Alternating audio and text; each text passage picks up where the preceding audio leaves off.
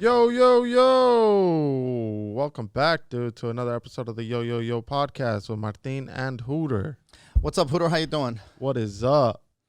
And thank you to everybody that is fucking tuning in to another episode of the Yo, Yo, Yo fucking podcast. Happy 420 today, Hooter. Uh-oh.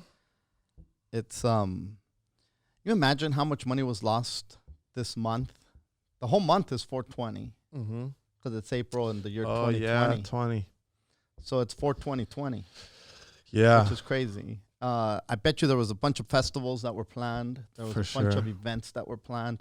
Especially this past weekend. It had to have been like fucking... how many 420 shows got canceled? Yeah. You know? Yeah. Anyway, people are still smoking. People are still fucking blazing it. I was reading somewhere that in the month of March, when the lockdown first initiated, I think the sales on edibles and bud, edibles sold more than bud because people were afraid of smoking, so they went to the edibles. But they still sold flower, but they had it was like ridiculous the amount of growth that people went to the bud. I mean, look. If you're dealing with anxiety, you can't sleep, which is a lot of the shit that a lot of motherfuckers are finding themselves with, you're either going to fucking drink or you're going to fucking smoke or you're going to take some edibles to help you knock out or you're going to take sleeping pills. You know, there's a lot of monkeys that take Tylenol PM to go to sleep, which can't be good. You know what I mean? There's like people that take Tylenol PM as their sleeping pill. Yeah. Which is crazy. But yeah, a shit ton of things are just fucking canceled, dude. Canceled. Yeah, like you know, it's just fucking every day is damn. That's another thing that was supposed to happen. That's another thing that was supposed to happen.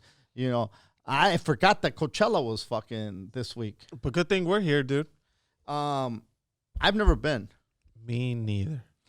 I remember I was a sophomore in high school. Mm-hmm.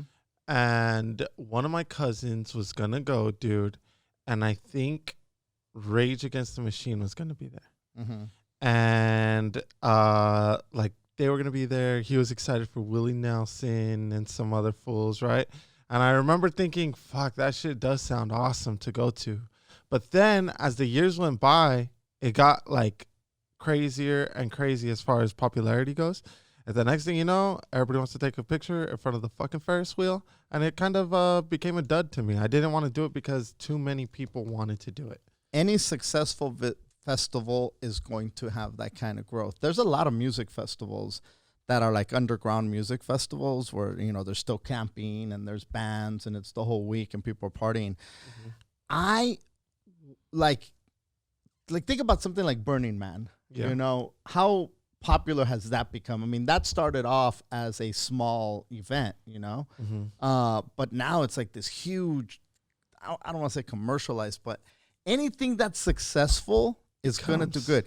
What would you say would be a great experience where you're fucking checking out 3 bands, 3 different musicians? Doesn't even have to be the same genre, but you're checking out 3 different acts or 4 or 5, call it 5 different musical acts, and you're camping and there's Ferris wheel and there's food. It's like a festival, but it's not Coachella magnitude. As far as people wise, what would you say would be the perfect amount of people?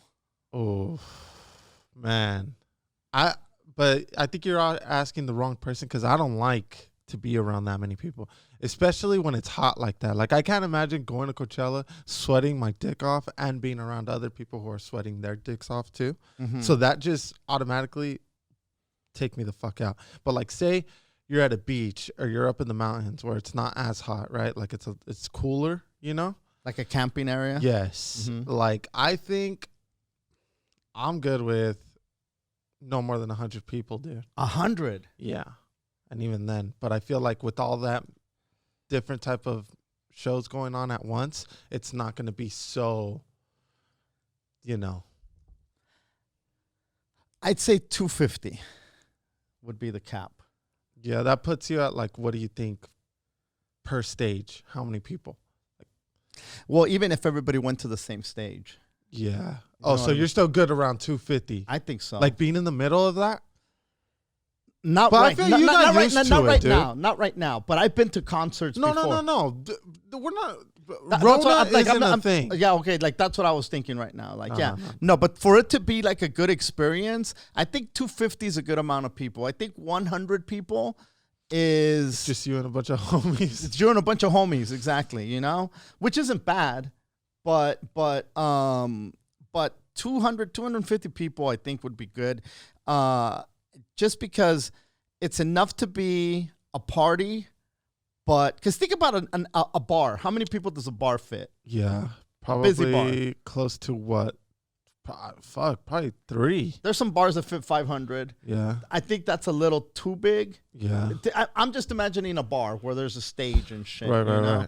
There's some of them where there's like 25 people, 30 people, 40 people. I think 250 is not too out of control, I feel. Yeah. And anyway, I've always wanted to go to a festival where there's music, food, bands, all that shit. Yeah. That sounds tight. And I think that's how a lot of these festivals started off.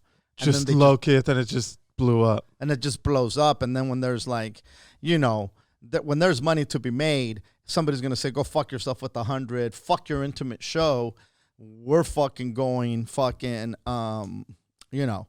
we're going to sell fucking VIP. We're going to sell this. We're going to sell this one. It becomes more of a business more so than an experience. I think so too. Like people, I've gotten bamboozled, and I think we've talked about this before, but 420 is the perfect example. I remember they had this thing called the 420 bus, where, and Chiki's like, hey, we should go. I got tickets, blah, blah, blah, blah, blah, blah. And then we went, and all it was a fucking selfie moment. From the minute you walk in, there's backgrounds where you take pictures with the backgrounds, but you don't do shit in it. You know what I'm saying? Like, they had this van. Are they smoking in there? No, you can't even smoke inside. Yikes. You have to go outside and smoke, which is fine, I guess. But, I mean, I've been to events where you can smoke, wherever the fuck you're at. And, look, smoking, being in a room filled with marijuana smoke is it's a way different experience than being in a cigarette smoke filled room. Yeah. Way different. It's not being in a cigarette. And look, for some people, even if you smoke, you can't tell me that being in a room in a crowded space with people smoke and everybody smoking cigarettes. Like, I remember that's just rough, bro. I remember in Europe, I forget it was either Norway or Amsterdam, and which is two different fucking places, obviously. But I remember we were in a room, and that's where you can go smoke cigarettes. And where though? Like at where? At a club, at a bar. Oh, gotcha. At a bar. Gotcha. So you go in there, and it's like this glass. It's like an aquarium. It's like a glass aquarium, and it looks like a cloud. And you walk in there, and like, I used to go to bars and clubs when you could still smoke cigarettes, and you'd walk out, and your shit was drenched, smelling like a casino, dude. If you go to a casino today, bro, you're fucking. You open your suitcase when you get back home, your shit stinks, like dude. cigarettes. Yep. Like, and weed is not like that. However, I don't think so either. It's not like that. It's not an offensive smell, and so. But anyway, I remember. I just want to go to a goddamn festival. I remember at the airport they used to have those rooms. Smoking room? Yeah. Yeah. I'm sure they And did. I remember the glass. I remember seeing it. And I remember telling my mom, I remember being little, dude, for sure. Maybe like Meeks' age, to be honest. And I remember her telling me what it was. And then you could kind of see like how much smoke was in there. And it was cigarette smoke. Yeah. And I remember telling her, dude, these guys don't even have to turn on a cigarette. They could just inhale in there and it'll probably get the same effect. And I remember she laughed so hard, dude. I don't think I've made her laugh as hard as that day, dude. When I was Meeks' age. That's when you peaked. That's when I peaked. That's when your her, comedy dude. career peaked. That's when that was my boom. Was that what you said? I want to do comedy from that moment forward? From that moment forward, I knew, dude. You just knew that it was in your DNA. Yeah. By the way, if you're watching the video on YouTube, you can see that you look like a fucking extra from White Man Can't Jump. Well, I knew we were going to Coachella today, so I wore my headband, dude. You did? To fit the, everybody at Coachella wears headbands. Look, the homie right behind us right here in the middle. This is a crazy headband. In between us. What's that? They have a headband. They do. They do. I'm because just fitting in. If you went to Coachella, would you want to do the whole experience and camp out? Or would you get a fucking room down the street? I think I'd get a room. Really? Yeah. I don't know, dude. I think I'd like to be in the thick of this madre camping, just partying at night, staying awake. And I don't even know if that's the case of what happens. I wonder if there's like a, okay, lights out. Go. I don't know. I've never been, like I said. But what would be awesome is just to stay out and fucking. I remember. I was into hardcore drugs, I would be. Right? Like if I was down to do like acid and shit, I'd be down. You wouldn't do mushrooms? No. Out there? No.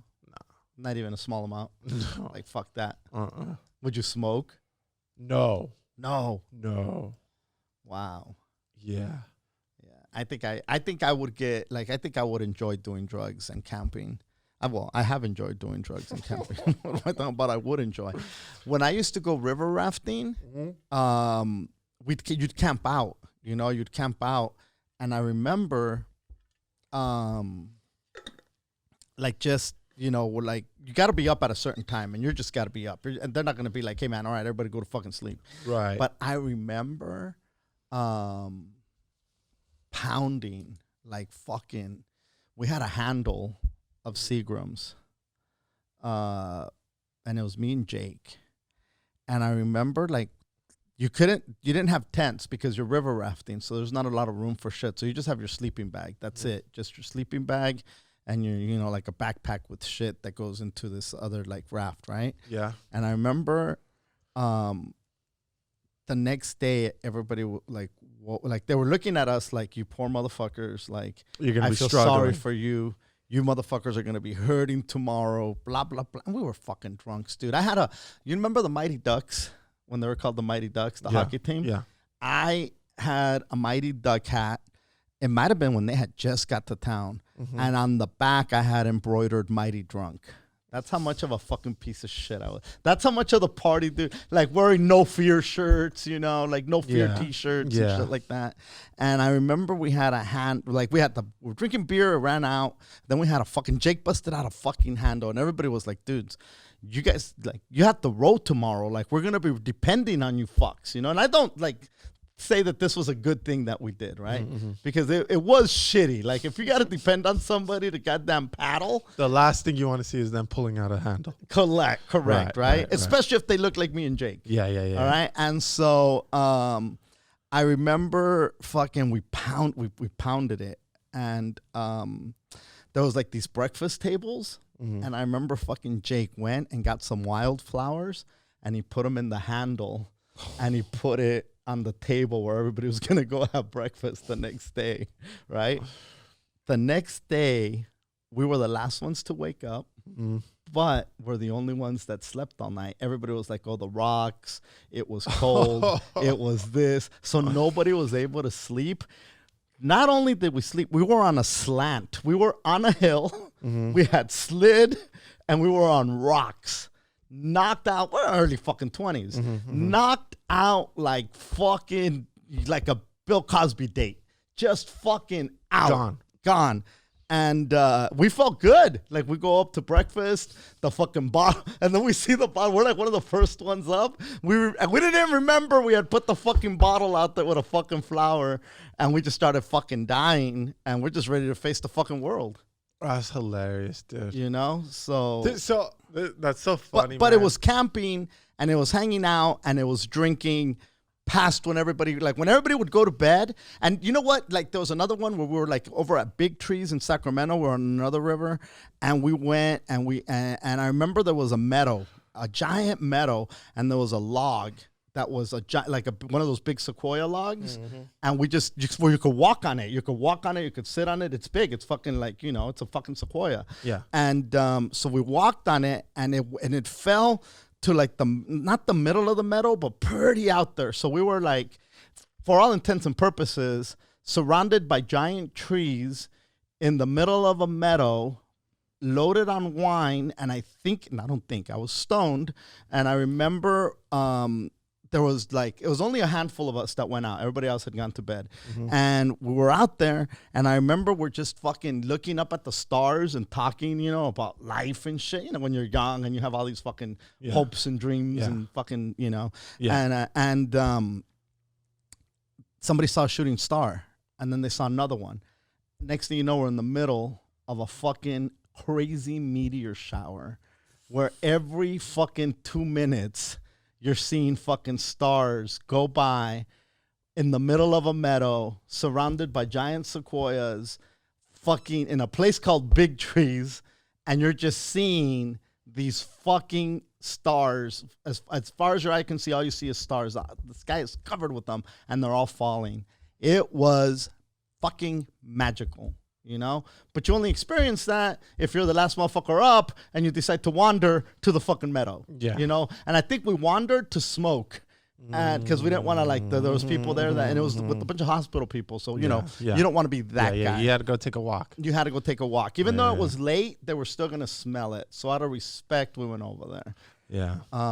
It was pretty fucking fantastic, dude. I still remember that till this day. You drinking. And you, the stories that you tell like that, I think scare Pilla, dude, right? Because I can drink, right? But, I'll never, for example, if I have to roll all day the next day, I'm not going to put down a fucking handle. Yeah, but you're 30. Yeah, but even, dude, from as early as I can remember, as far as partying, I remember always partying after. I remember I enjoyed partying after shit was done. Well, shit was done. We had road all day. No, right, but I would have enjoyed more to party hard as fuck after the whole trip was over. The whole trip was But so and we didn't do that every night. You know what I mean? It's we only did one night. It was only a one night handle. Fuck, that's crazy. It was only one night. The handle only lasted one night. Yeah. But if you guys would have packed another handle, and you know what's crazy is that we brought the handle because we thought it was gonna last. Now, in our defense, we shared the handle with a couple people. But then they were like, "Okay, I'm good." That's enough. And we're like, "Oh, there's still some in the handle." What the fuck? What are we gonna do? Pack it up? It's just gonna weigh down the backpack. So these last 3 days, Friday, Saturday, Sunday, right? Yeah. I haven't drank, and it's the longest stretch since the beginning of the quarantine. Does it feel long? I honestly didn't notice it. Pilla did. I didn't realize that it had been I'm not check. All right, day 2's gone. Right? I wasn't paying attention, and I also wasn't paying attention. It looks like, you know what it looks like? It looks like you told yourself, all right, I'm gonna tackle this, and I'm not gonna drink, and then you grab the bandana. And you put it on and tied it. Now I'm in business. Hooter, you got this. Like the Karate Kid and shit, dude. Bro. Now I'm ready to go fight this fucking urges to fucking get I did notice that I was getting loaded. I'd go to, by the time I would go to sleep, I was drunk, right? And then I'd wake up whatever, and then just crack a beer and start drinking again, right? Because it's super easy, dude. Well, yeah, you don't have to be anywhere. I don't have to drive anywhere, which is the biggest, really, that's the biggest thing. You know what I mean? That is the thing. That's the thing. If you didn't, so if there were no cars, you'd be drunk all the time? Oh, yeah. Well, that's what I'm assuming, right? And so then I was getting loaded, just whatever, quick. Just, oh, well, fuck it. Thanks for breakfast, Pilla. Go, right? And it goes with breakfast tacos, right? Yeah. So, So yesterday what? last night, Mm-hmm. we're in bed, and she was like, "Hey, this is as long as you've gone without drinking since the shutdown." Right. And I said, "God damn, I didn't know you were counting. I wasn't even counting." And then she was like, "Yeah, well, I was getting kind of worried." And I said, "Are you serious?" She was like, "Yeah, I thought maybe you were picking up a problem or something." And I said, "Get the fuck out of here." She was like, "Yeah," like she was like, "If you would have kept it going, and you would have drank Friday and got as like you've been getting on Saturday, I would have said, 'Hey, are you okay?'"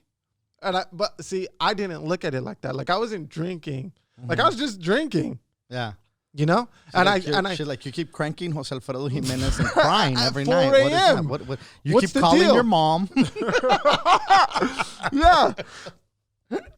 And I was like, dude, that's like I guess the people with the problem don't think they have a problem, right? Mm-hmm. But So you think you have a problem? No. She thinks you have a problem. She thought I had a problem. Oh, but you don't have a problem. But I don't have a problem because You there's went still 3 days. because there's still But who's counting? who's counting? Oh, that's hilarious. But also, there's still plenty of booze in the house, and like I'm Chill. not drinking. Yeah, like she said, and that's what she said. She was like if you would have kept going until there was no more booze in the house, then I'd have said, "Oh shit," and like the next time you wanted to get more, I would have probably said no. Yeah. But since there's still booze in the house and like you're not mowing down that, I know you don't have a problem. Well, I don't think that's. I don't think that's safe to say yet. No, I don't think so. I think that people think that alcoholics drink constantly. Every day? That every day, no matter what, if there's alcohol there, they are an alcoholic and they'll drink it. The drinking isn't what makes you an alcoholic. Like The not stopping? has nothing to do with the alcohol. The alcohol has nothing to do with being an alcoholic. So then what's the part of being an alcoholic? The drinking. Okay, so the best way to explain it is, do you know what meningitis is? No. An inflammation of the the meninges, right? And they do spinal taps to take the fluid out that goes from your spinal cord to your fucking brain, right? Is that cerebral spinal fluid? But so when you have meningitis, it's your brain is pretty much swollen, and there's an infection that's causing the swelling of the brain, right? Mm-hmm. And you'll get a fever, right? Mm-hmm. And you could give that person Tylenol, and it's going to bring down the fever, but the infection is still there. Mm-hmm. Okay, the drinking in an alcoholic's life is the fever. The alcoholism is the infection. The drinking is a symptom of the disease. Mm-hmm. It's not the disease. Gotcha. Okay. So it's a symptom of the disease. So the drinking, you could drink once a year and be an alcoholic. You could never drink and you're still an alcoholic. And that's straight from the big book of Alcoholics Anonymous. That's if you go to any alcoholic meeting and you pick up a sponsor and they try to keep you sober, one of the first things that they'll tell you is that the drinking is just a symptom. Now you have to attack the disease. And the disease is rooted in, you ready for this? The malady is not the drinking. The malady is, you ready? Some people got to fucking work the steps to get to I was just about to say, how many fucking classes did you go to, dude, bro? I had 2 DUIs, yo. That's a lot of classes. Yeah, you could teach a class, bro. I thought I was, you know. But anyway, the root cause of it all is selfishness and self-centeredness. An alcoholic trying to be in control. And now this is if you subscribe to the ideas of the program. Okay, which is only responsible for fucking, saving countless number of lives, Shelter in AA has been around way before Shelter at Home, rescuing people from this. There's people that swear up and down by the program, and I'm not going to hate on them because that's what saves their life. That's what saved their life. And 100%. I also, but I mean, I'm going to sound like an asshole, but I think, and maybe it's because I've never had a problem or the experience. Who knows? Mm-hmm. But this is what I'm just going to say it. I mean, fuck it. I think they cater what they teach to the people so that it can help the people. Does that make sense? Like not everybody has to agree with it as long as whoever's in that class has to agree with it, right? So if you're in that class and you could be on board with what we're saying, then it's going to help you. But that doesn't necessarily mean that it's right or correct. But since it works, fuck it. Let's keep going this way. So they've isolated the gene that predisposes you to alcoholism. So it doesn't mean that you will become an alcoholic, but it means that you're predisposed to becoming an alcoholic. If you drink in alcoholic proportions, the chances are that you will become an alcoholic. Just like there's a gene to say whether, like, there's people that'll say diabetes is hereditary. Right. And so if you eat enough sugar, eventually you will become diabetic. Yeah. Now, there's people that can eat sugar their whole fucking life and never, ever, ever need any kind of insulin or diabetic medication. You know, so you can't say, well, if you eat sugar, you're going to get it. You increase your chances 100%, but there's people that are more predisposed to it. Shit, there's people that get it without eating sugar. There's people that are born with the fucking shit, you know? Yeah. There's a child on that diabetes, which is fucking nuts. You know, these kids did nothing. I know. I remember playing baseball with some of those kids, and like the parents would fucking race to the dugout to give them a Snicker bar and shit. Yeah, well, if they start fucking crashing, if the sugar starts crashing. So anyway, but I don't know how the fuck we got into alcohol. Oh, because you've been sober for it. So now, I've been 3 days sober. Are you going to get your 1 week chip? Honestly, I'm just waiting for my new wine glasses to show up, but then I'm a hop back on board. Yeah. I feel like if I was a true alcoholic, I would just pour that bitch in a fucking mug. You know what I mean? Just drink it straight out of the bottle. Yeah, that too. You know, like me and Chuck and Jake. Yeah, you see. Look, man.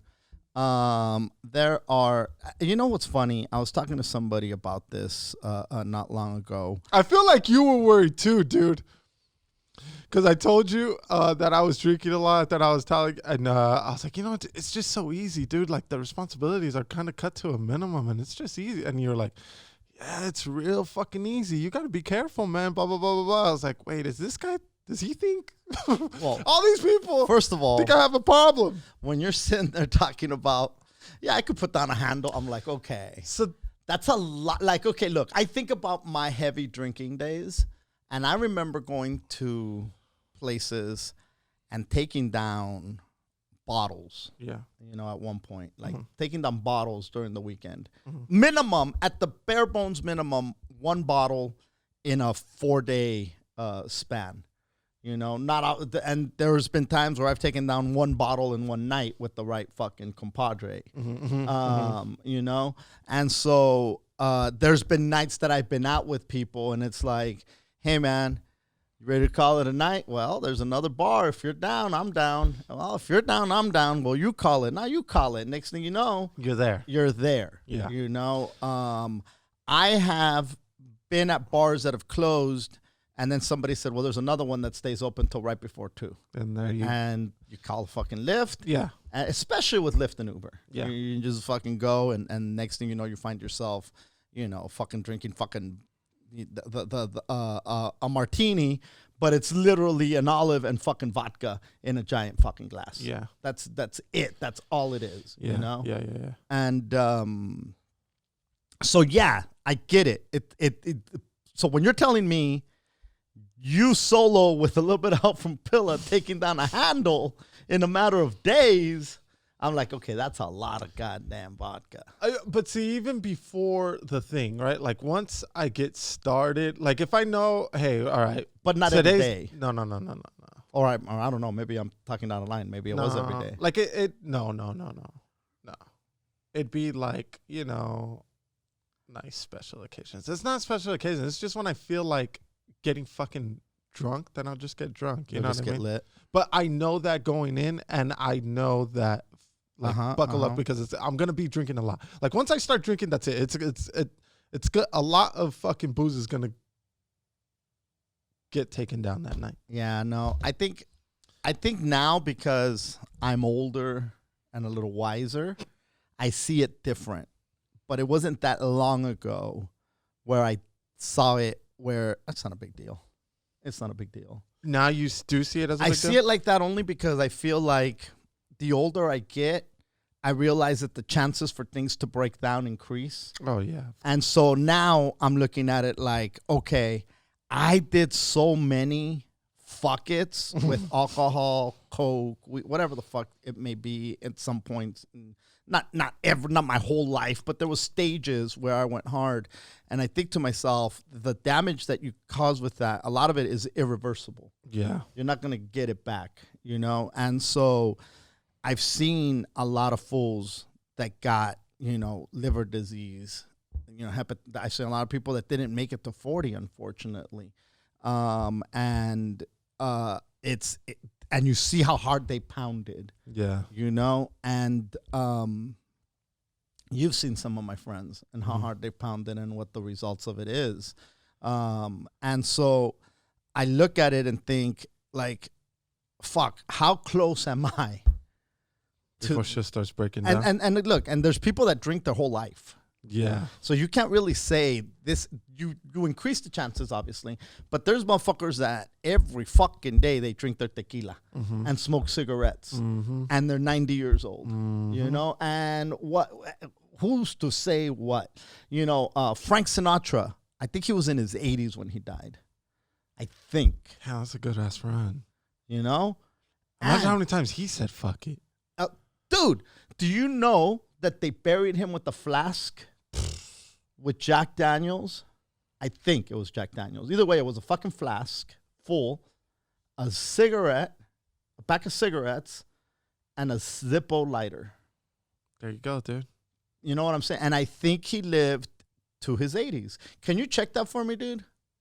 How old was Frank Sinatra when he died?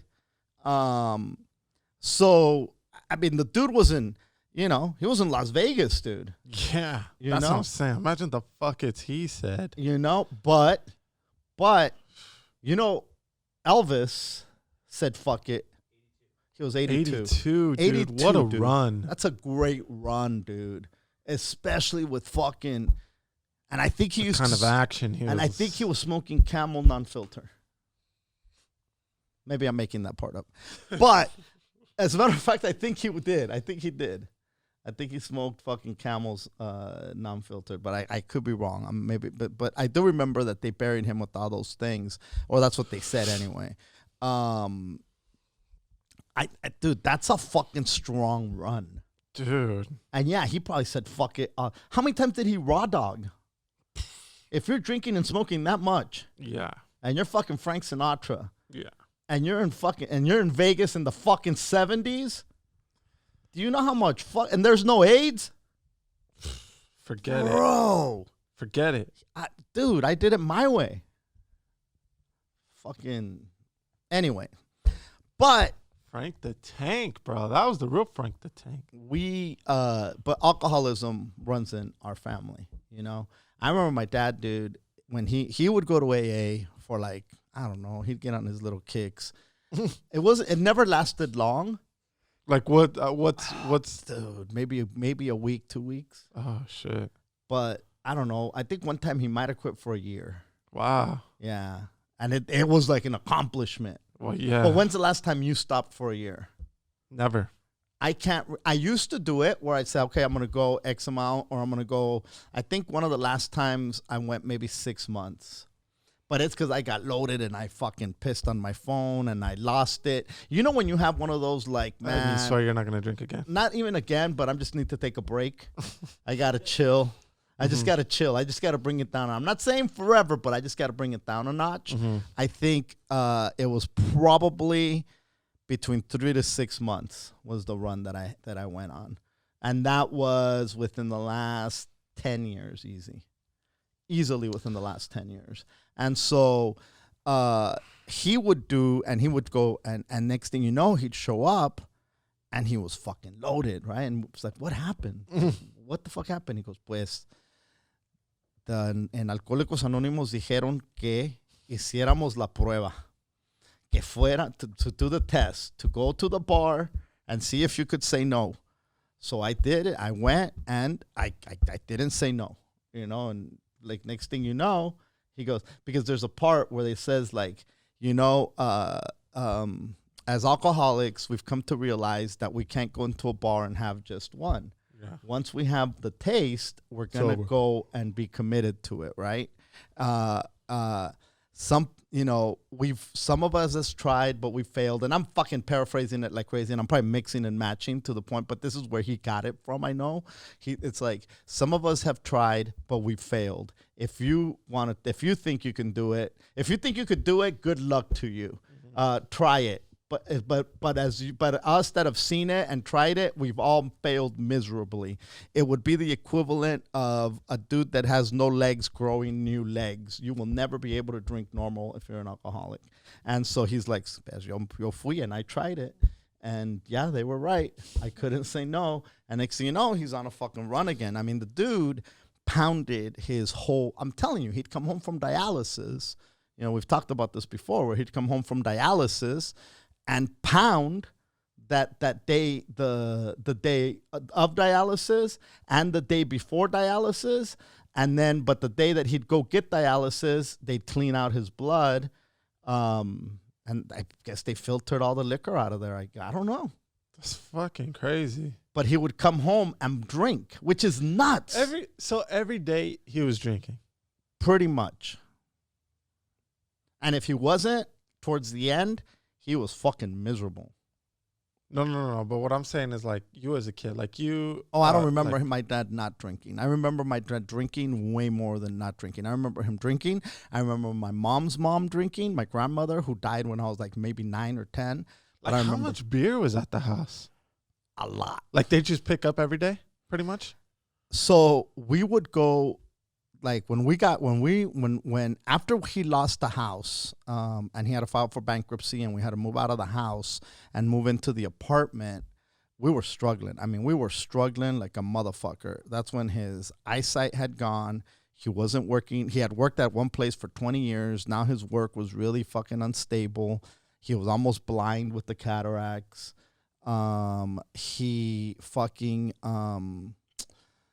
We would go, and I remember we used to get food stamps and welfare. Mm-hmm. And I remember we would go to the fucking, it was Lucky's Supermarket, and they used to sell generic beer. Damn. It was in a 12-pack. And it was a box of bottles, and it was a yellow box, and it just said beer. And I remember... I remember being embarrassed of having food stamps, because back then, now you have a card, but back then you had the food stamps. Yeah. And I remember being embarrassed that we had to pay with food stamps. At this time, how old are you? Fuck. Middle school? Oh, shit. Okay. Yeah. Damn. Middle school, fucking through high school. You know? Wow. Yeah. I thought this was still like elementary. Nah. Elementary was fucking great. Those were the fucking good years. That's when we had a house, and gotcha. We were going to Mexico. He was throwing backyard parties. There was bands. There was beer. Like, when you say how much beer was there, enough for what anybody that came, they could get fucked up. Wow. And so, but like when we were broke, there was still, it never failed. There was always beer. And I remember going to the market, being embarrassed that we were paying with food stamps, we didn't have a car, or we did have a car, but nobody could drive it because my dad couldn't see and I was too young. That's why, like I think I started driving like at 14, 15, because just to move shit around, to move people around. But I remember, fucking talk about like growing up quick, like that's it, kiss it goodbye, like yeah. You're fucking doing adult shit, you know? And I mean, I'm not saying woe is me. Right, I'm just reminiscing now. But I remember walking to the market and being embarrassed of the food stamps, but also being embarrassed that everything in the shopping cart was yellow. It was all generic. And it said generic. Vamos a get that genérico. It's the same thing. It's just, it's generic. And And I remember piling the shopping cart, and this is before. This is the reason why they put those things where you can't take the shopping cart out of the parking lot. We would take the shopping cart home. The dog would follow us. Dude, we had a collie. We had a fucking collie that would just roam, dude. This fool he had no collar. He had no shots. He wasn't fixed. Nothing. But we'd feed this fucking guy, and he fucking took care of the house. He fucking barked. And if we went to the market, he'd follow us. Damn. Not only would he follow, he'd wait outside, and people would be like, whose dog is that? You know, like, why isn't that dog on a leash? And we'd be like, fuck, it's our dog. But we'd be pretending we didn't know the dog. Bro, you guys had a generic dog too, even. The dog was yellow. Oh my God, dude. And then we'd walk home. What was the name of the fucking dog? Guppy. And the neighbor couldn't pronounce it, so she called him Guppy. Oh, fuck, dude. It was short for Capitan Nice. and Captain. But anyway, fucking, he'd be waiting outside. And then when we'd come out, this fool would fucking follow us home. You know, and like if anybody walked in front of us or anything, this fool would fucking get in front and start barking. Really? Like he was just like, that fool had our back way more than we had his back, dude. Like, you know, dog, every dude. once in a while he'd get skippy. Like it was like this dog food, you know, and I'd like kind of like I'd beg to go buy this fool like good food, but they would just give him fucking Whatever. like whatever. This fucker would have tortillas, Scraps. beans, all that shit. And I remember walking home, my mom pushing the goddamn fucking shopping cart. And if we just got the food stamps and the fucking thing, we'd come with 2 shopping carts. Damn. Yeah, so me and the Nina were pushing one. My mom was pushing one, and the dog was fucking running around, just fucking fighting with every dog in every yard. That's fucking, so if he saw funny, dude. fucking a chick dog, and back then there was dogs everywhere. Like now, fucking you don't see strays anywhere, dude. Back then, strays were fucking. That's when you saw. That's the first time you ever saw fucking. Yeah, was dogs strays. fucking. I remember Mexico. That's why I started. I went, dude. I know there's the same thing. Fucking strays everywhere, and they're just fucking out in the middle of everything. The road, the fucking plaza, everywhere, bro. Yeah, so these strays, so he'd go and every once in a while he'd get fucking horny, he'd run off. But we would buy, I remember my mom would buy like 3 boxes. So that's like a case and a half. And it was just my dad pounding. Oh, gotcha. A So beer. of beer. Yeah, she'd buy that much beer. And I remember the carrito would be coming and the fucking Bottles would be the bottles would clinking. be rattling, dude. You know how fucking traumatic that is for a middle school kid? You could buy booze with the food stamps? No, but we'd get welfare too. Oh. And then my mom would take care of kids. Like, and my dad was still making some money, you know. And so, I mean, we were like fucking, our rent was like $450, dude. That was our rent. And they would barely be able to make rent sometimes, you know. Yeah. I remember my mom used to go get fucking church cheese, you know. Like, they did whatever they fucking had to do to fucking make it work. To make it work, yeah. But I remember that, and then like if the fucking beer ran out, then he'd go to the liquor store, and then Budweiser would fucking appear. And then I remember like his friends would come, and there'd always be, there's no way they would take down less than a fucking 2 12-packs sometimes. No less than, that's just him and another dude. They would sit there and pound all fucking day until they passed out. Like on the weekends, it was just poundage, beyond poundage. There was a lot of pounding going on. I remember the 70s and 80s was nothing but alcohol. Drinking. Yeah. So I mean, that's in your fucking genes. You know what I mean? So like when you say, oh, you were worried, it's not that I was worried, but I'm like, okay, this potential for this is there. This monkey's taking down handles. You know, I might say, hey man, you good? You know? But like I said, I've done it. So I'm not going to say to anybody, don't do this. I will warn you and warn people, not even warn, but be like, hey man, this shit could go down, you know? Yeah. But if I could do it, it takes me a long time to recuperate now. if I pound, the circumstances have got to be beyond right. And sometimes I'll catch myself slipping, and I'll fucking find myself that I just pounded, and it's like, holy fuck. Bad Bunny. Yeah, next thing you know, I'm singing Bad Bunny. Exactly. Fucking Bad Bunny's got a fucking ass-eating fucking song now. Mm-hmm. He's fucking... Si tu novio no te mama el culo. Yes. And then what? And then they show the dad. Like, the chick is playing the song, and then they show the dad. That's the TikToks now. Oh, nice. Yeah. And then all the dads are like all freaked out. Like, what? And all the moms are dancing. So somebody played it for their mom. And then they get the mom's reaction. Ay, apaga esas porquerías. Porquerías. Yeah. Yeah. Why don't you shut that? How do you say porquería in Spanish? Oof. I mean, in English. Disgusting. Yeah. That vile shit. Porquería is strong, I feel. That is very strong. Like, porquería is like, what the fuck, dude? Yeah. That's fucking, ugh. Yeah. Oh, yeah, dude. Oh, yeah, what? I'm on a documentary kick, dude. I'm going to start a podcast, Watch This Documentary with Hooter Moreno. Oh, yeah? Yeah. Or what's fucking Rick Ramos? Watch This with Rick Ramos? Yeah. Yeah, Watch This Documentary with Hooter Moreno. That's my new fucking podcast, dude. You got to get a dude named Ibrahim. There you go, dude.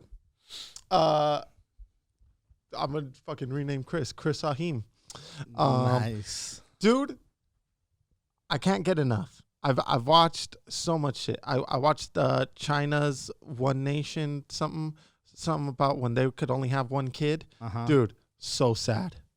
So sad. And it just changed. 2015, 5 years ago. That's fucking crazy, bro. Yeah. And now they're telling them, hey, have 2 kids if you want to be happy. First it was have 1 kid to be happy. Now have 2 kids to be happy. Because they didn't think it out right, dude. Mm-hmm. First of all, there's not enough dudes there's not enough chicks to have more kids with the dudes. There's too many dudes. Also, there's not enough young people to take care of the old people. Somebody didn't think that out. Okay. I watched another documentary called Lorena. Yeah, see, I lived Lorena. Not me, dude. I was born. I remember Lorena. And dude, how hot was Lorena? So hot. So hot. How hot was the dude? Yeah, he was in good shape. Bro, me and Pilla couldn't fucking... Okay, so here's the deal. I couldn't watch it. Why? I just couldn't get into it. Because you lived it. Yeah, I seen it. But I did the OJ one, and I was just about to ask you, did you like that one? I did. The Lorena one, it just kind of like was like, I don't need to see this shit. Dude, so for those of you guys who are my age and younger, Lorena... Bobbit was this wife who was super hot, and she was Latina. I think she was born in Ecuador or something like that. And she married this dude. He was a Marine. Marine, white dude. Prince Charming looking motherfucker. Yes. Super in shape, blue eyes, fucking just, I mean. A catch. Yeah. Sure. They were both a catch. Mm-hmm. And so she just tried to say that this fool would beat her and rape her, right? And so this is going to sound shitty, but when she first said it, right, like he rapes me, I'm like, okay, well, what's rape, right, in a marriage, you know?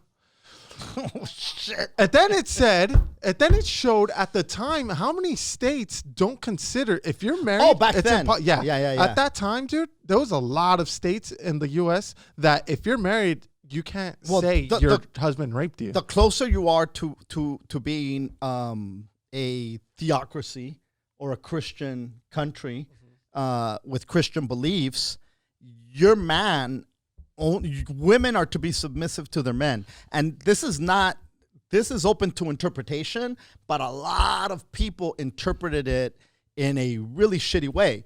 There are stories of women that were getting beat down, we're talking about this on No Te Asustes, going to the Catholic Church for help.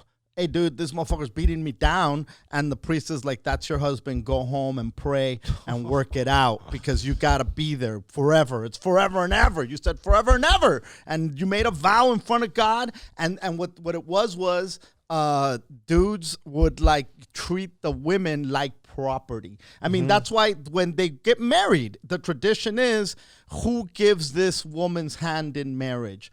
Who's passing around to the next dude who's going to be responsible? Who's taking over this fucking payments on this fucking chick here?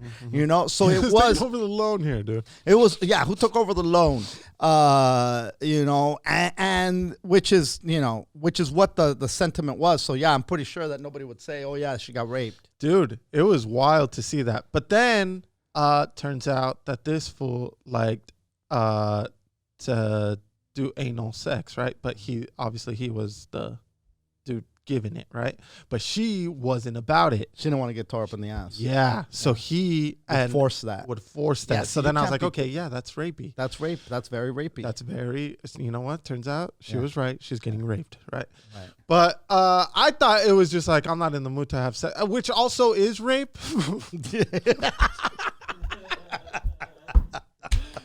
But oh shit, cancel. But also getting fucked in the ass, not wanting to get fucked in the ass is like just. I mean, that's a bigger rape. That's a yeah. Rape is rape. Like rape is rape, but also I feel there's phases of rape, right? Like that's just ass rape is ass rape is all time. Now, so what she did is she was playing with him, and as she was playing with him, she got him hard. Lifted up the a sheet, grabbed a knife, and sliced this fool's dick off. By the way, knives, not everybody has sharp knives. A lot of motherfuckers are fighting with their knife to get through a piece of beef. Tomato, yeah, it's like fucking, why do we have these fucking knives? These knives don't work. Let's throw these fucking knives away. You get a sharpener, you don't know how to sharpen the goddamn knives, right? And so then you got to go get good knives.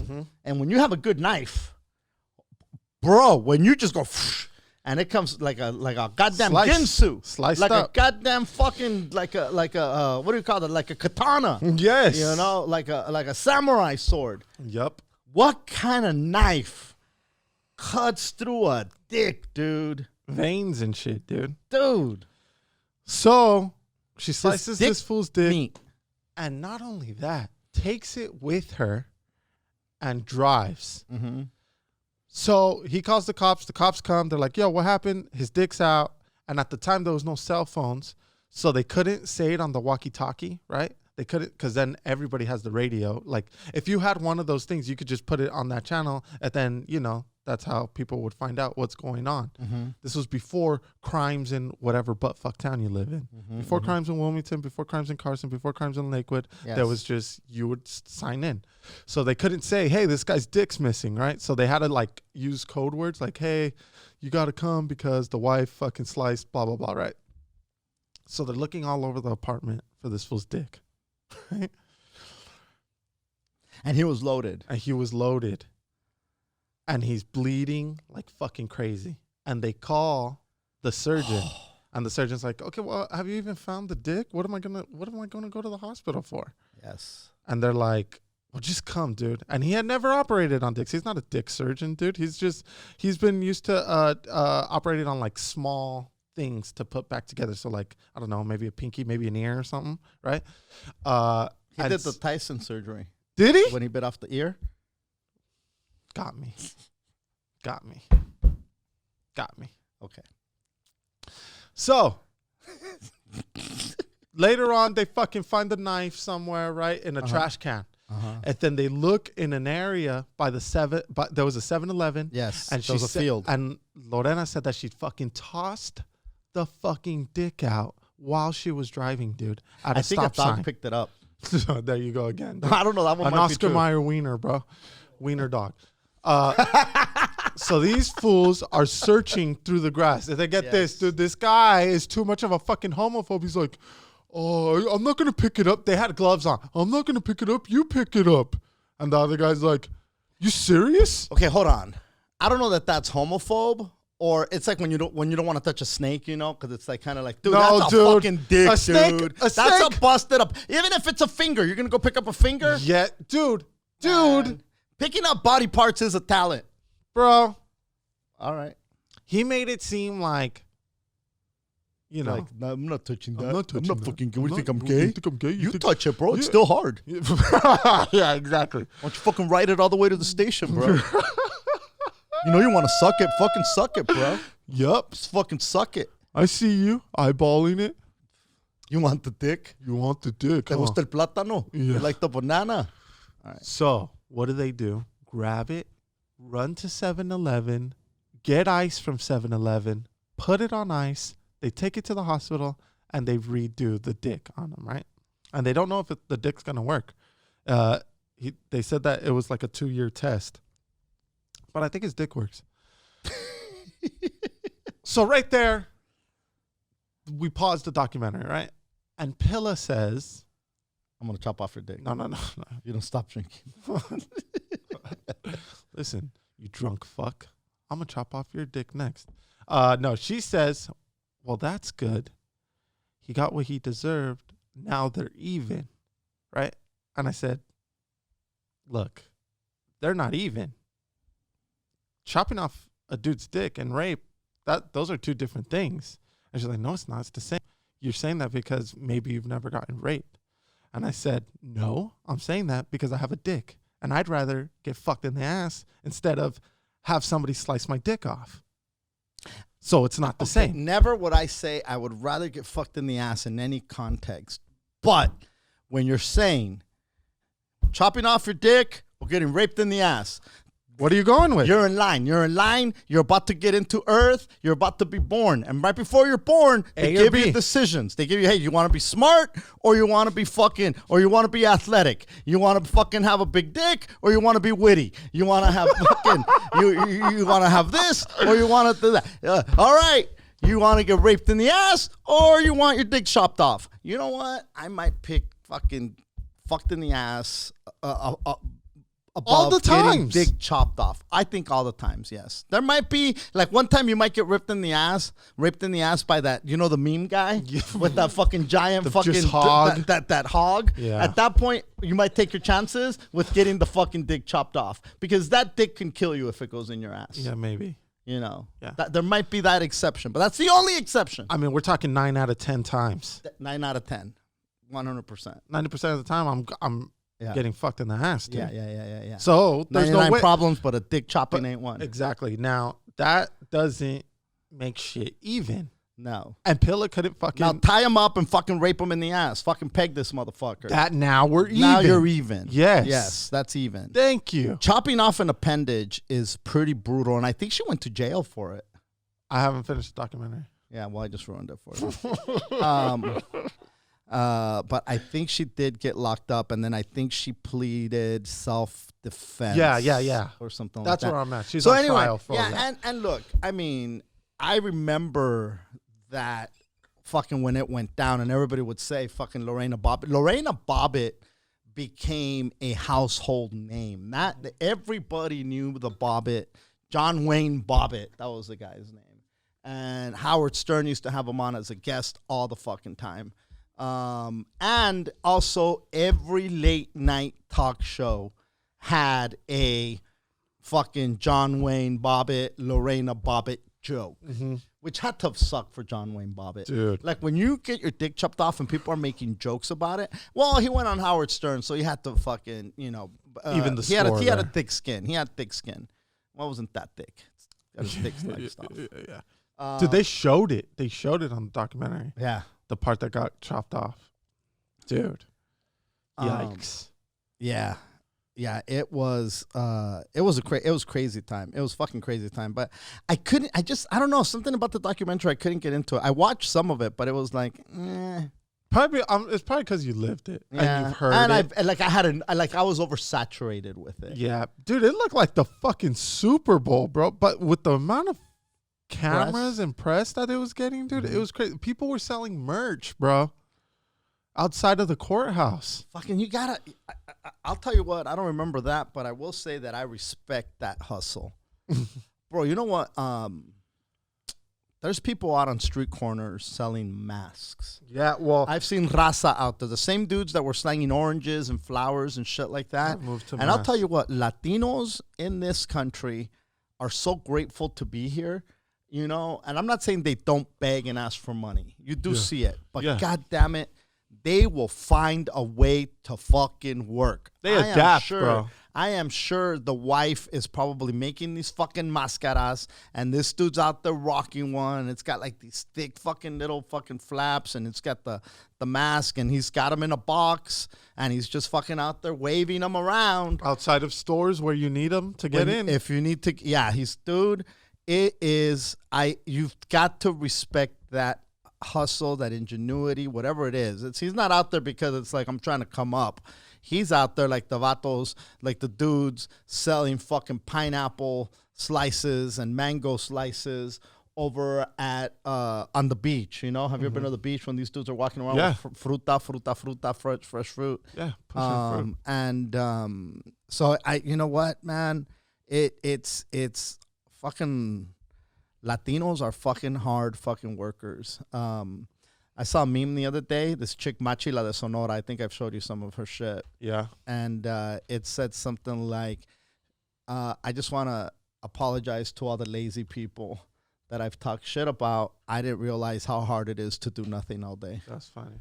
I thought that was fucking pretty goddamn witty. That's funny. That's funny. Yeah. I went on a drive, dude. Started in Long Beach, ended in Huntington Beach. And, dude, it was insanity. This was Saturday. Friday, there was a protest in Huntington Beach. And I got there on Saturday. And, dude, it looked like a regular fucking beach day. There was people surfing. There was people flying kites. You went to Huntington? Yep. Yeah, that's where the protest was. Yep. There was fools on flying their bike. Kites? Flying kites, dude. Flying kites. And then once I left and like, have you flown a kite recently? No. Well, so with you, remember when we went to Mexico? Mm-hmm. Yeah. That was the last time? Yeah. I'm a big kite flyer. Oh, you're a kite flyer. I'm a kite flyer. Okay. What was the last time since Mexico that you flew a kite? Right before the lockdown. Oh, okay. We had a kite day. Mm-hmm. It was just National Kite Day the other day. And, dude, there was fools with signs talking about, let us go back to work. Yeah. And I couldn't believe my eyes, dude. There was nobody with the mask. There was nobody with gloves. There was nobody with nothing. Nobody's practicing social distancing, dude. The beaches were packed. I saw people, you know what's crazy? Like, there was a lot of protests this weekend. And what was really interesting was how many dudes were out there protesting, give us back our beach. Oh, wow. Like, okay, like if you are struggling to put food on the table, you know, I understand that you're desperate. You need fucking money and you're like, let us go back to work. I get that. Yeah. You know, it sucks. To be honest, I'm not mad at that person. It sucks that we have a system that pushes people to have to fucking resort to that. Yeah, to risk their life and that of their families and everybody else because there's no other way to survive. And so, but when you say, give me back my beach, I'm like, okay, look at this spoiled fuck, you know? Yeah. And then when I see somebody, and look, and people are saying we're fighting for America's rights. Everybody's a sheep. They're just fucking not listening. You're still seeing motherfuckers dying, dude. You're seeing fucking nurses and doctors standing in front of these cars like, no, you fucks. I'm fucking busting my ass to save lives. I'm not doing it so you fucks can come out here and fucking spread more and keep me busier. Like, I already did a 12-hour shift. I'm not trying to do an 18 one, you fucking dick. Yeah. And so I get that side too. I did too. Our freedom's being stepped on right now. I think you can argue, yes, absolutely. But by the same token, is like, what is the greatest, you know, we were talking about this on No Te Asustes, and I told Peter, it's like, you know, you have a right to drive, you don't have a right to drive drunk. Yeah. You know, if you're going to hurt somebody by your actions, and if you going out is going to infect people, then you need to stay the fuck home, dude. Would you rather live in Russia, dude, where they let out the tigers on your ass? There you go. There's tigers. So anyway, there's people protesting. They want to go back, and I did see Huntington Beach was out there, bro, and they don't give a fuck. They're like, go fuck yourselves. We need what they're saying that we need, and it makes sense to an extent, is herd immunity, where the masses have to catch this. The masses have to develop antibodies.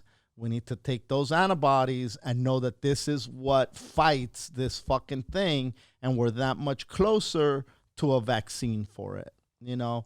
But then you've got other people saying, we don't want to be vaccinated. Don't be forcing your vaccines on us, fucking Bill Gates. There's like two different fucking, there's some really interesting political debate going on within the masses right now. And it sucks that this has become politicized. But I feel like everything is. Dude. Everything does, and that's fucking shitty. But Florida, dude, they opened the beaches up. Well, during certain times, it's from X time to X time, but dude, when you tell people that have been cooped up, beach is open. Cooped up. We're praying, Kuka. I'm praying, Kuka. You cocksucking pig. What was I gonna say? Oh, ingenuity. I have seen. Have you seen the homeless projects on some streets? No. These dudes are out there creating homes on the sidewalk made out of wood, and they're nailing shit, and they're it's like development deals. It's almost like you'll see 3 in a block where it's like, you know. Wait, like legit shit? Like legit. So it's not a tent. It's literally. Oh, gotcha. Like a clubhouse type. Yeah, like a clubhouse with wood. Yeah. But it's they've got locks on these fucking things. Really? Yes. That's very sophisticated. These people have, you know, tools, and they're able to like, fuck it, I'm going to build myself a shelter.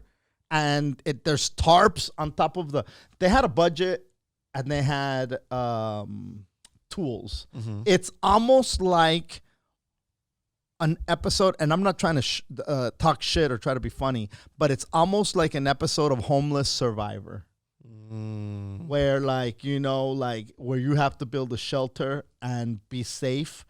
Bro, some of these look impenetrable. Like you've got to fucking go through a tarp and then a thing, and then there's a lock. You could knock if you want, but you're not going to open. If nobody wants to open it, and if they do open it, if they had tools and the capability to do all that, who's not to say they don't have a sawed-off or they don't have a shotgun? Not even a sawed-off, just a shotgun.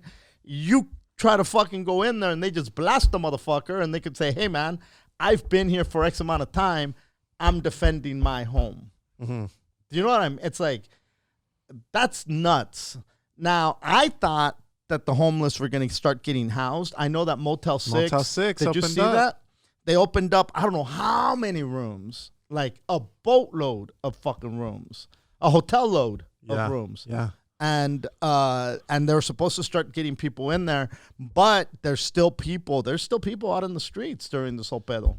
I think we're like going to be the last to open, right? California? Mm-hmm. I don't know. I think I would say, if California, I had to guess, Oregon, Washington are the last. You're talking about the West Coast. Yeah. Because I think that New York is probably going to be the last. Oh, okay. As far as the country goes. Yeah. I mean, I don't know if that's what you're talking about. Yeah. Because from what I've heard and some of what I've read, I think it's going to open back up soon, dude. It looks like Middle America, right? I think Middle America was going to open up. I don't know. I think it might have been either Alabama or Arkansas. One of those two was going to open in the next week or so, and they were actually going to open up the mall. Well, in those places, I mean, open it up. You know, because they have low cases, supposedly. So they're going to start off by opening it up, and I think that the first big places to open are going to be movie theaters, they said, and churches. Of course. With social distancing rules still applying. Come on, dude. You know? My mom, she lives in Arizona, and they're going to make an announcement tonight. About when it's opening? About when it's opening. Or what the plan is. Like, you know how each place is going to go through phases? Mm-hmm. Yeah. I think we're here. I think we're, as far as LA, I don't see us anytime before the middle of May. Yeah. I think if there was a plan, well, they extended it till the middle of May. Right. That's not just me throwing that out of my ass. They actually extended to the middle of May, which then means that that's wishful thinking, I think. Yeah, I think so. And too. even if they do open in the middle of May, it'll be with some serious restrictions. Maybe, like, remember when they used to say gatherings of no more than 10, and everybody was like, no more than 10? And now you're like, hey, man, how cool would it be to be chilling with 10 motherfuckers right now? That wouldn't be horrible. Like, 10, I mean, and I know you don't like big crowds, but you're like a little bit of a goddamn crowd. Yeah, I mean, 10 people's my max. Oh, is it? I think 10, 15, 20. A nice backyard party. Yeah. A backyard party's nice. That's my shit. Yeah. Yeah. The fuck was I talking about earlier? Selfies. Everybody, like every experience now isn't really an experience. It's a place where you can go take pictures. Well, that's what the experience is now. It's just taking the pictures and putting them on fucking Instagram and making it look just like way more like, yeah, I took a picture in front of this. Yeah. It just seems so, I don't know. Weak. I whack. think so. I think it's whack. Yeah, I think it's whack. whack. But I'm not trying to shit on social media. Hey, fuck it. Have you seen the new Tiger King? No. Me neither. But I want to.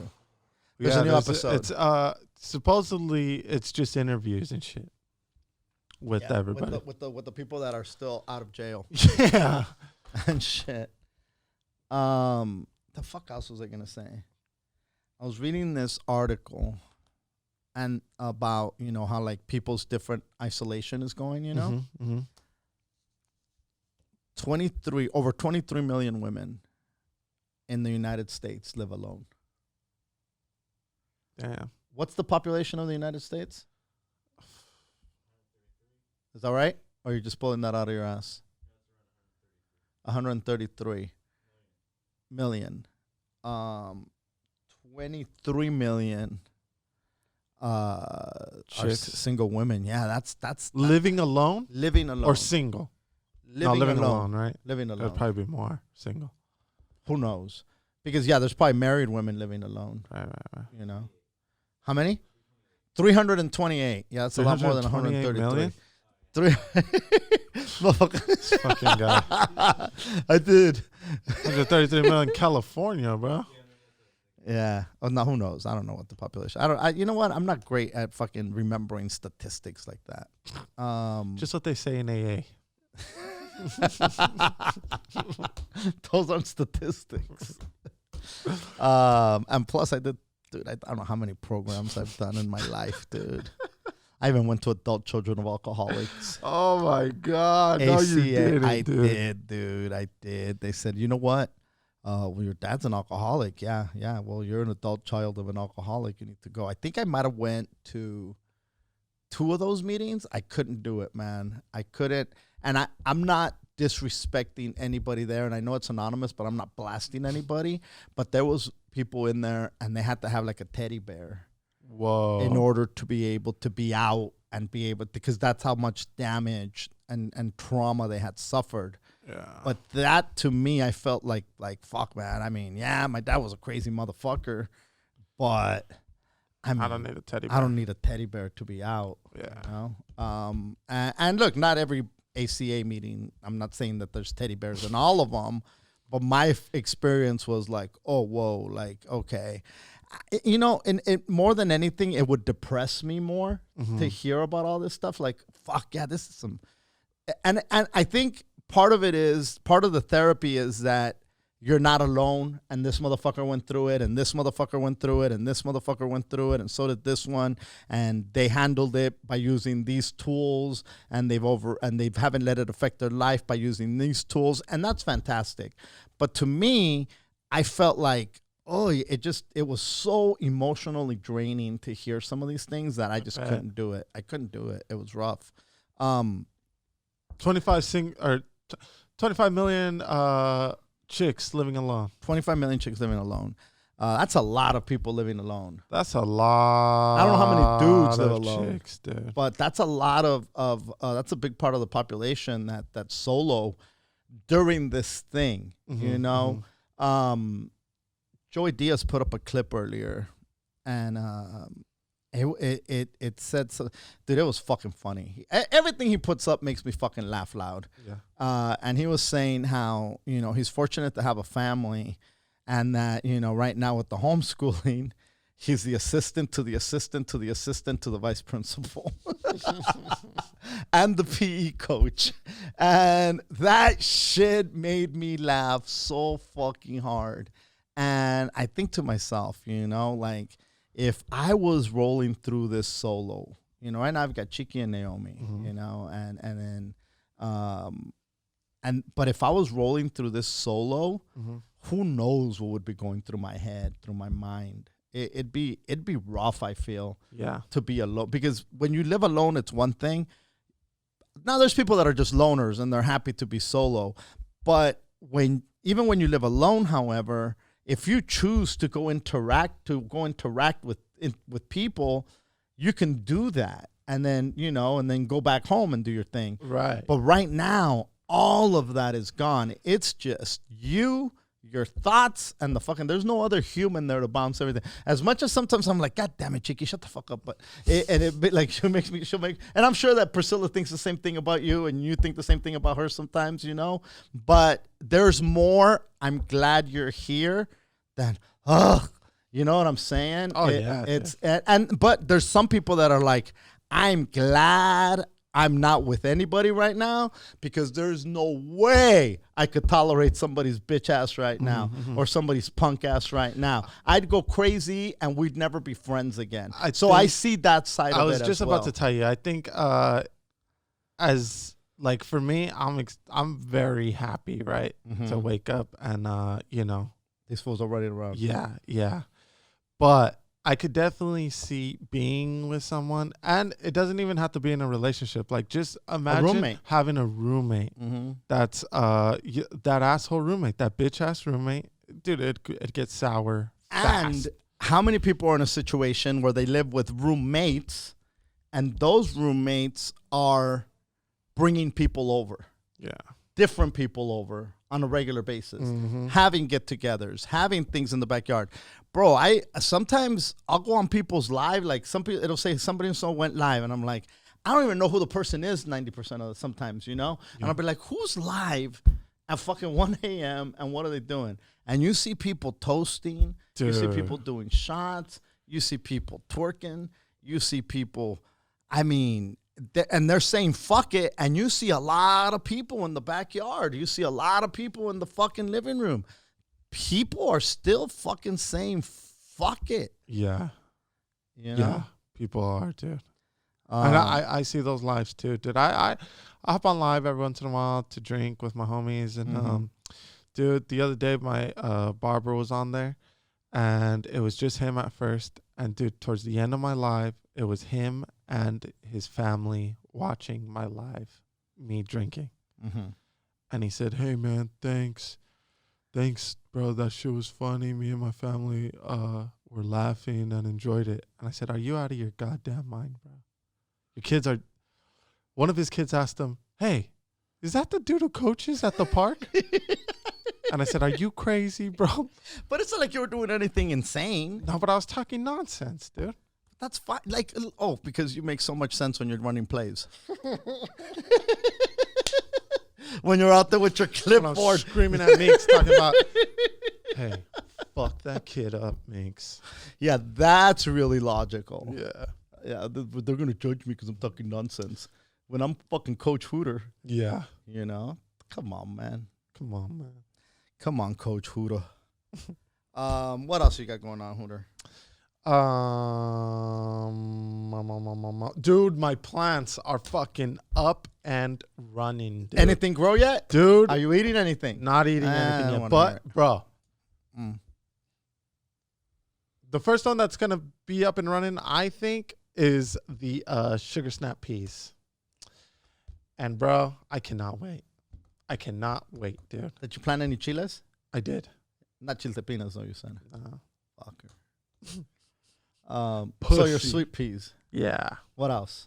The carrots are coming up. We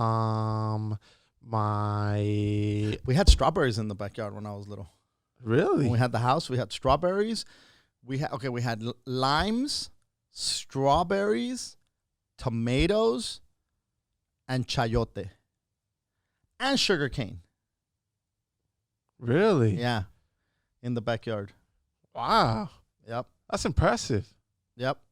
That's tight. My mom had a green thumb. She did, dude. Everything she planted grew. Shit's still growing at my house from that lady, dude. Yeah, that you don't water. That I don't water. Roses. Fucking these what super long green, and then they have a white top. Tulips? No. And then in Petunias? the middle of the white, Iris? in the middle of Lilies? the white, there's a yellow little stick. I know what those are. Birds of paradise. I don't know. Gladiolas. No, but who knows what it is? But The Diego Rivera ones which was from the art picture. It's like a white flower with a yellow thing. Yeah. There's Diego Rivera has a painting with those. Yeah. I don't know what they're called though. Yeah. They're not orchids. They're not lilies. They're not No. petunias. No. Gladiolas. But dude, those are still growing, Begonias. and throughout, just in random places, dude. Yeah, there was so many different plants and flowers in the front, and in the back we had the lime tree was like if you walked out, it was right in front of you. To the left was a brick wall, and it was covered. The brick wall had this wooden mesh thing, like this wooden like thing with holes. And the vines of the chayote would intertwine, and it would grow, and it would cover up the entire fucking wall. And I'm talking about it spread like the green stuff with the chayotes. I think chayote is already approved, to be honest, because they just grew like madmen, like just like gremlins. Like they just multiplied like crazy. There was baby tomatoes, and I think those regular tomatoes. There was definitely strawberries. There was a time where there was sugar cane, the limes, and then there was a tree with the Camellia japonica, which is the flower that the tree had. And that's the one where I used to feel God. And God used to talk to me right there.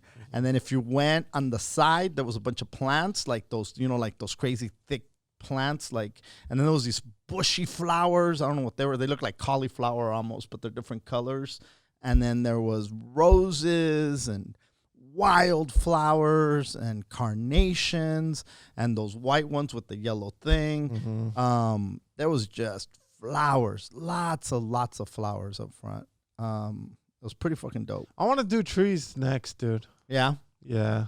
Are you going to put the seed or are you going to seed do it? Huh? Seed. You're not going to do the what do you call those things? Like the bulb? Fuck that. Is that what it is? Yeah. Yeah. Fuck that shit. Why not? Why? Because it's just way more exciting, dude. Takes longer though. Yeah, but dude, You got time. I got time, bro. This quarantine's going to last. What, dude? Even the kids, like when they see a little thing sprout, they're like, "Oh, it's coming! It's coming!" Like it's excited. just, it's way more than if you already plant it and it's already sticking out. Like, dude, that's half the fun. Is that you know what I mean? You like sticking it in and watching it grow. Exactly. Yeah. Hey, you know what? You're creating life. Exactly. You can't hate on that. I think that's awesome to give them that experience, to be honest. Yeah, and they're I had that experience. I got to see that. There was so many caterpillars and butterflies in our fucking garden. Yeah. And but that's cool that you're giving. Not every kid has the opportunity to grow shit. You know. No. I mean, unless they live in the hood and they grow weed. But that's different. But even then, and that's exciting too. Growing mushrooms, Also exciting. yep.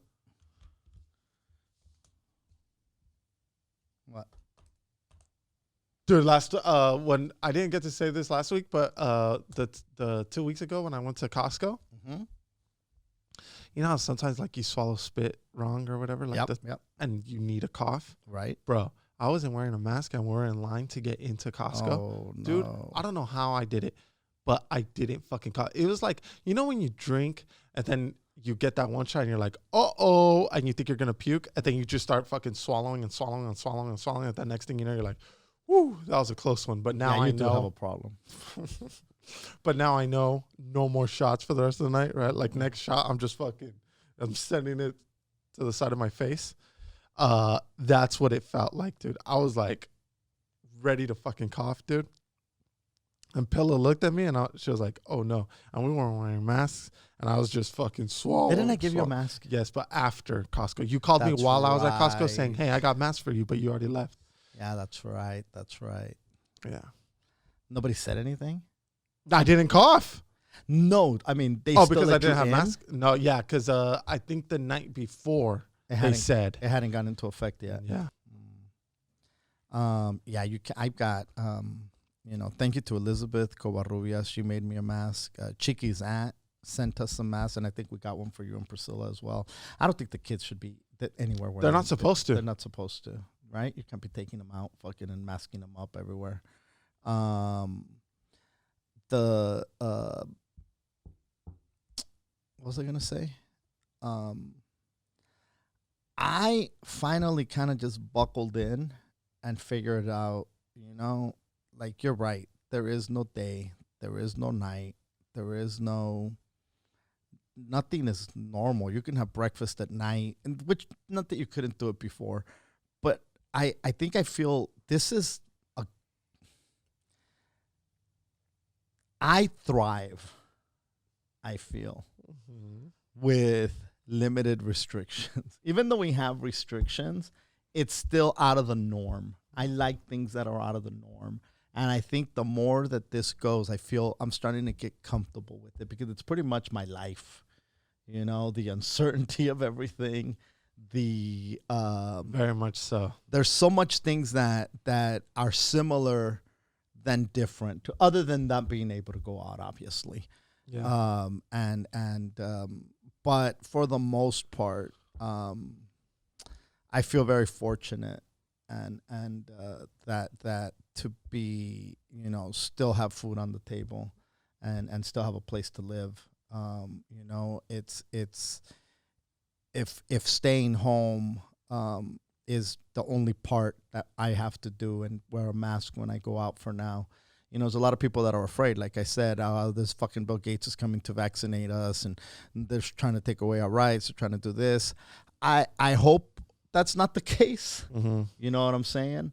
But I think that we'll eventually get back to some sort of normal and restoring shit. And yeah, because it doesn't so it don't make sense to just, be out there protesting and talking about being afraid of Bill Gates. Dude, you don't have to worry about that right now. No, right now you just got to fucking ride this out and not get sick.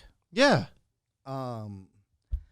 I swore that I had this before. I swore.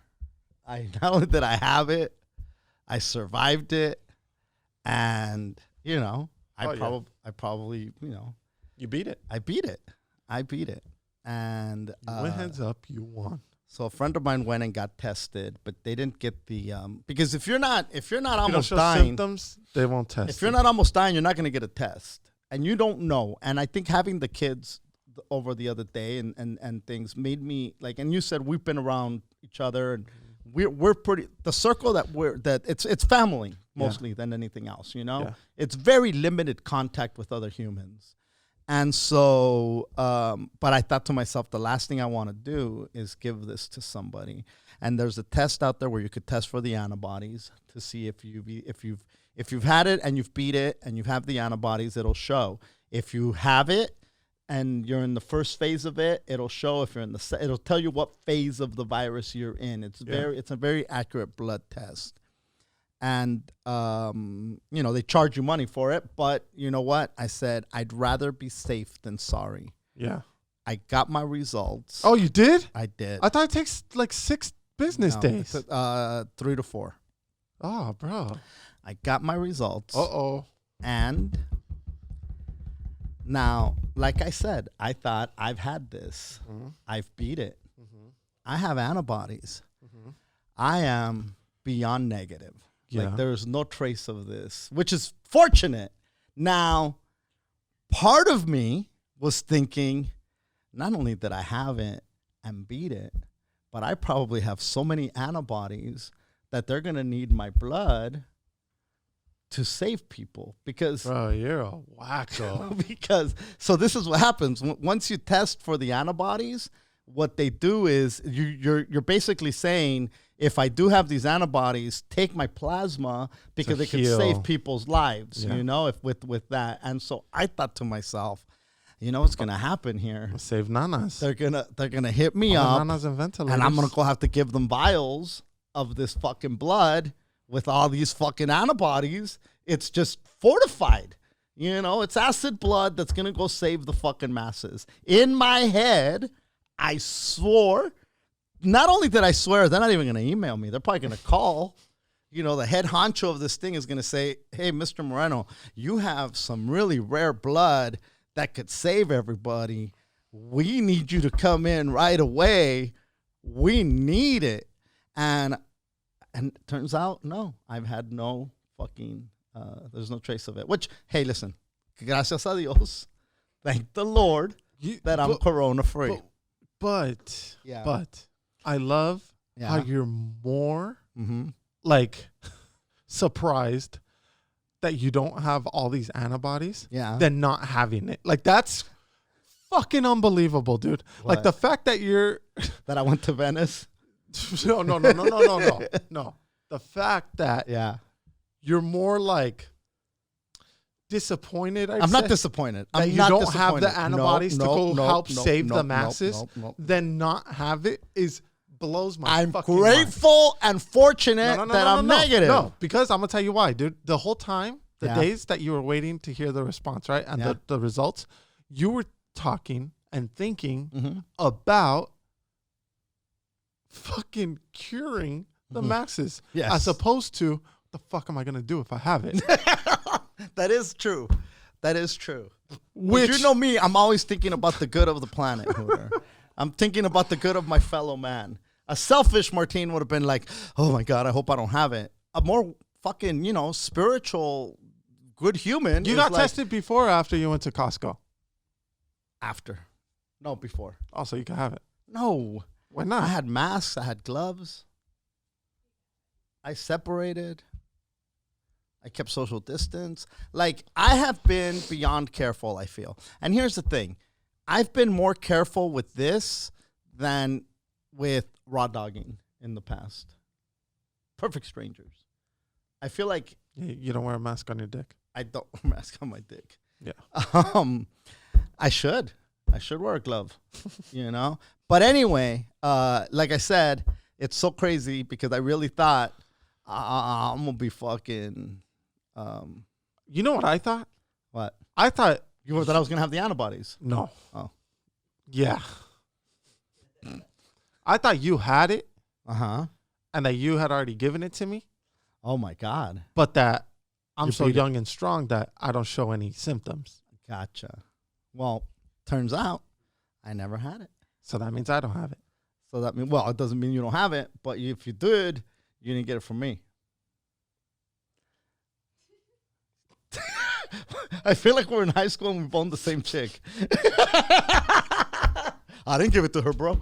If she gave it to you, she got it from somebody else. That dude from the other school. Yeah, you know? Wasn't me. But anyway. Well, that's good news. I'm corona free. But you need to test yourself again because you went to Costco. Oh, dude, come on, man. That's a necessity. And you went to Costco without a mask. Mm-hmm. I was masked up.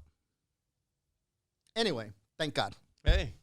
Thoughts and prayers. And look, to everybody that does have it, I hope you wish you a speedy recovery. This ain't no goddamn joke. Yeah. You know. For reals. All right. Anything else, Hootie Hoot? No, that's a good good news to end. Yeah. The good news. All right, guys, thank you for tuning in to another episode of the Yo Yo Yo podcast with Martin and Hooter. Hit us with the rate and review. Appreciate you guys still tuning in, still listening. There's so many options out there with entertainment. Hooter's watching documentaries. People are watching fucking... G. Riley told me to watch Black AF. I saw a couple of episodes. Fucking funny. Anyway, fucking much love. Thank you, guys. Hit us with the rate and review. Peace.